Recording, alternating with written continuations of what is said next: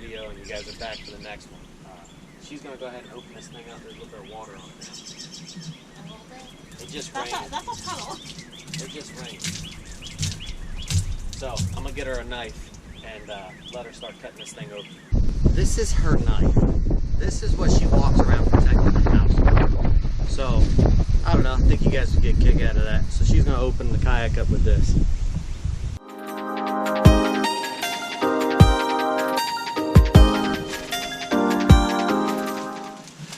I'm gonna back out of here because she's over here swinging that thing, whacking it at her kayak. I'm afraid she's gonna puncture a hole in it.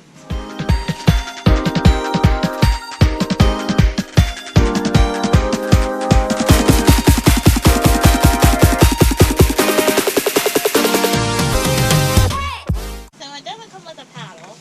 That kind of stinks. For the amount of money that you spend on this thing, you know, it is a cheap kayak, but yeah, I want to compare the two. I want to compare the Tamarack and, you know, the Teton, because they're basically the same kayak, but this one has a rail system on it. So I wanted to compare the seat. I wanted to compare, you know, the differences that everybody's looking at. But right from the get-go, like, there's no paddle. And the Tamarack is $200 and something at Walmart, and it comes with a paddle. So that's already a downside that I'm not liking so far. Now I gotta go spend more money.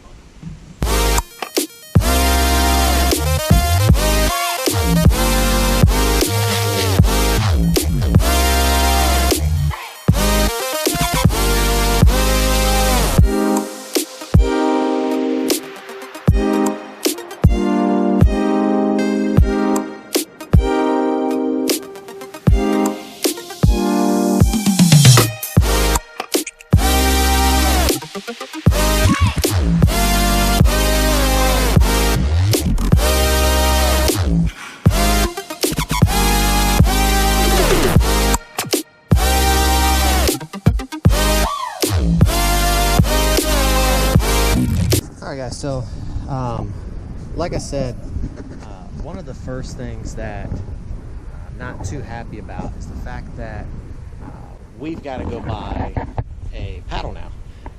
For the amount of money that you spend on this thing and for it to be exactly like the Tamarack, and the Tamarack comes with a paddle, kind of just sucks that you got to go get something else now. So we got to go get her a life vest, a whistle, and a paddle. We gotta go pick all that stuff up. So, but let's get looking at the kayak. Let's go over some of the features that it has, and then we'll compare the Tamarack and the Teton. What I noticed was this handle. It's actually a pretty good handle, and the string that they used to tie this on is actually pretty thick. In the spot where it's at, I don't think you're gonna break that. It's pretty far down, so you should be okay with that. The bungees that they use, these are actually pretty thick too. And then you can also remove it here. Same thing on the other side. If you have some really thick stuff, you can separate it and then tie it down afterwards. You got a metal plate on the front that says lifetime on it. Footing positions here, and you can see the same issue that we had with the Tamarack. You got the scuppers not completely drilled out. You still got pieces stuck on there. It's not a big problem, but kind of, you know, just clean up your products a little bit. Here, they meant to put more scuppers in. Same thing there. And then there's also two more holes here. One by the left and one by the right of the front of the seat. So I'm not really quite sure what they were trying to figure out there, but there's only 1, 2, 3, 4, 5, 6 scupper holes. And there's also more drill spots here that it looks like they were going to put scupper holes, but then decided not to. So one of the main differences this year is you got this rail system here. It is plastic, it's not metal, and I'm not sure if those screws are going to bind when you go to slide something in there or not. They may.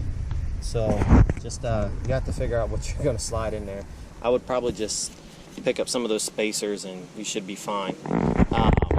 Looks like they put a mounting spot here for a Scotty mount, but no Scotty mount either. That's another thing that the Tamarack came with, was a Scotty rod holder. This one doesn't come with it at all. Nice spot for your bottle, water bottle, or whatever you want to place there. You got a rail system on the other side too. So everything that's on this side of the kayak, you're going to find on the other side too. One positive upgrade so far that I can see is, one, the handles on the side. These are nice. They're very ergonomic. They're rubber, and they seem pretty stiff. But the best upgrade so far is this seat. Very poorly designed as far as how this bottom cushion attaches. You've actually got to put it together yourself. But the better thing about this is that you're not sitting on the plastic in the kayak, and you don't have to go buy a stadium seat, because they've already included this, and you're not going anywhere with this. So the back lifts up, but they've also got a tie down back here. So this is pretty nice. It's suspended. Your butt's not going to get wet because of the scupper holes down here again. You can adjust it on the sides for however you want to, sit in it. But overall, this should be a way better seat than what it was. Since this is the Angler 100, you also get 2 flush mount rod holders, and yeah, I'm not quite sure how that's going to work out. I don't know if you guys can see that in orientation with the kayak. Normally your rod holders would be facing this way, so that your rods come out and not this way. So they mounted these things so that the rods are going to come out this way, sideways. So I'm not 100% sure how that's going to operate as far as being functional or just causing some problems. I'm not quite sure what these 2 bungees are for right here, but they got clips. What you would probably use them for is to clip your fishing poles in place so that they don't go flying out if you flip. Same thing with the bungee cord back here. This bungee unhooks, and you can throw some bigger stuff back here. I mean, it's a nice kayak. Same thing, handle back here on the back, and then you've also got your drain plug back here. Not really a convenient spot for this thing to be at, because if you get water inside of this hull, which I'm not quite sure how you would get it in this hull, she'll probably find a way to get it in here. Not quite sure how you would get it in here in the first place, because one, there's no hatch, which is another negative about this kayak. There was no hatch in this kayak whatsoever, and the Tamarack at least had a hatch. So if you want a hatch to store some stuff at for dry storage inside of the hull, you're going to have to figure out a way to put that on this kayak somewhere. But if you guys can see, this is not a flat surface. It's curved. So there's a bevel here that goes like this. So if you're going to put a hatch in the front, I don't think that's going to work out too well. If you're going to put a hatch in the back, I think the only place that you're going to be able to get a hatch at is maybe right here. But it's not going to be a very big hatch, because you're definitely not going to put one here in between your scuppers. That wouldn't be smart. And I don't think there's any space underneath of the seat to put it at either. You might be able to fit a square one right here with the seat out of the way, which out on the water, that's not very convenient. And like she said, you're going to stand up to do that.